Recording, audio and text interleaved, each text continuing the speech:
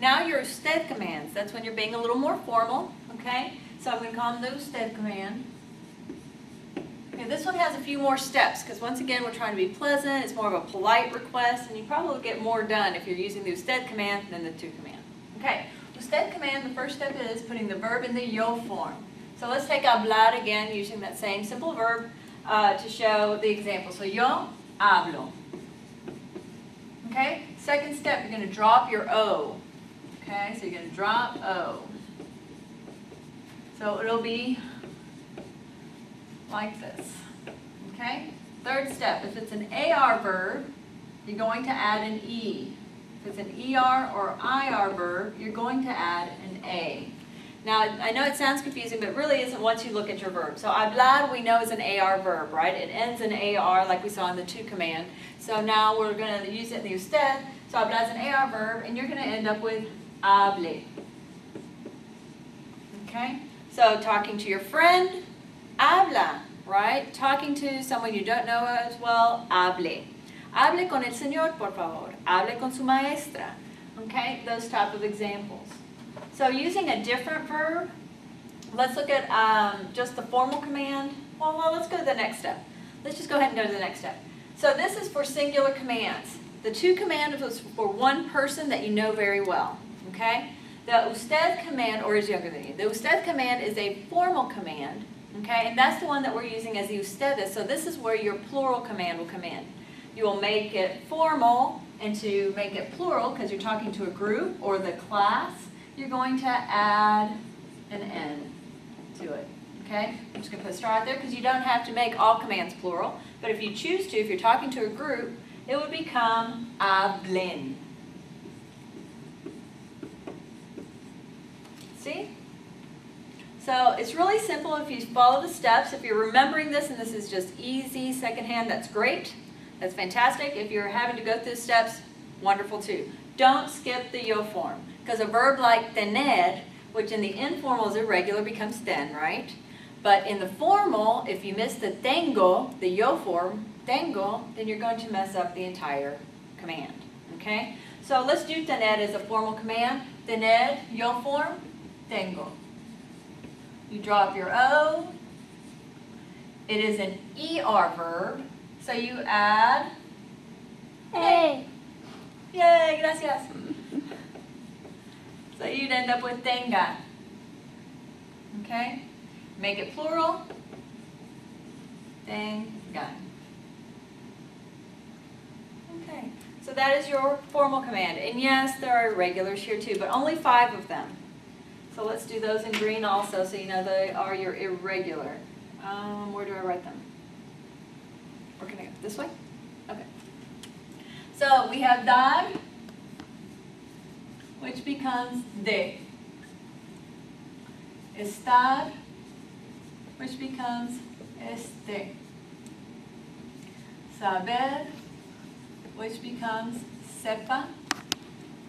Ir, which becomes vaya. Haber, which becomes haya. 1, 2, 3, 4, 5. Oh, and ser, there are 6, sorry. Ser becomes sea. Okay? So here are your 5, 6 irregulars for the usted command. And once again, you would use them instead of going through all the steps.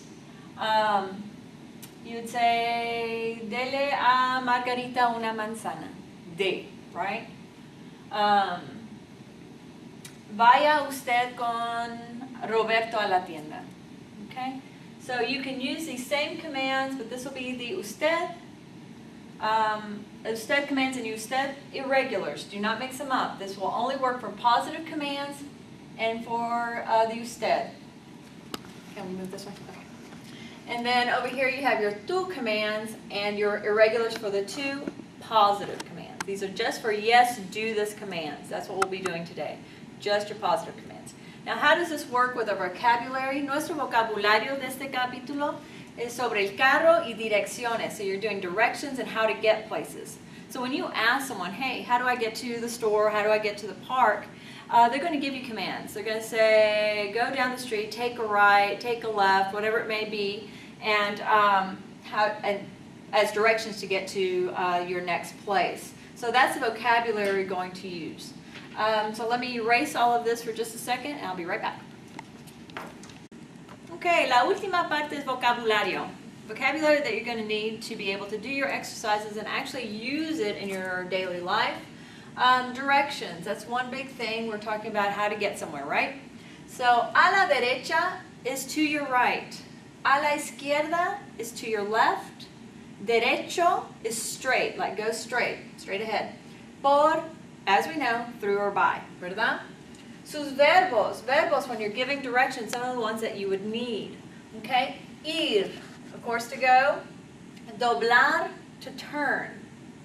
Parar, to stop. Salir, to leave, okay?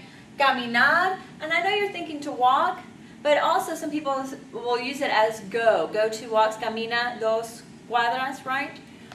So it'll be the same meaning, even though you think of it as to walk, okay? Seguir, to continue or follow, okay? Seguir, remember, stem changing, tiene cambio radical. Tomar, to take, okay? So these will be verbs that we'd be using in the command form. So if you're telling someone to go 2 blocks, if it's someone that you know or someone younger than you feel comfortable, you're speaking in the to form, you would say ve 2 cuadras, okay? Now if it's a stranger that's come up to you and asked you for directions, you're not going to say ve, you're going to say vaya 2 cuadras. Remembering which command form to use depending on who you're speaking with, okay? Some other words that you probably need, I put random, okay? Words would be cuadra. Cuadra are blocks. Okay, like city blocks. Avenida, avenue, calle means street, and carretera is a highway. Okay, so first you would say, for instance, cuadras, you're not going to name a block, you're going to say how many. Remember, numbers go before it. So, ve 2 cuadras y dobla a la izquierda. Okay, in just that sentence, I've used 3 or 4 of these words here, where I'm telling them to go 2 blocks, making this plural, and then to turn, doblar, dobla, a la izquierda, to your left, okay? So using this vocabulary all together is going to be very helpful when you're giving directions and for your next couple of assignments, okay?